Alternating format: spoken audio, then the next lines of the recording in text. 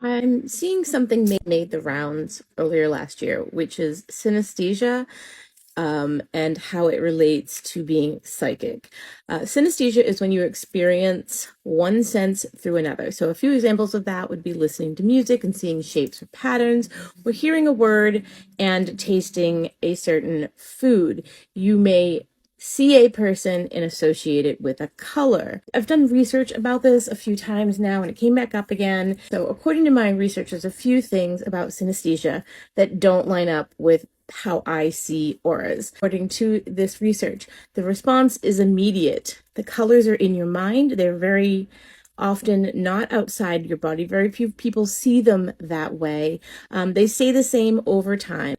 So it really doesn't line up with how I see an aura. When I see somebody and I'm looking for an aura, I'm looking over here, outside their body. I don't get an immediate sense, generally, unless I'm asking in my mind, what color is this person? So that doesn't really work for me in the sense of synesthesia. So that begs the question of, how do you see auras, and do you think that you have synesthesia? I actually do think I have synesthesia, but it's not related to how I see auras. Do you think that having synesthesia negates seeing an aura? And do you think by telling people the color or colors that you see in their aura is dangerous because you're assigning some subjective set of qualities to a color?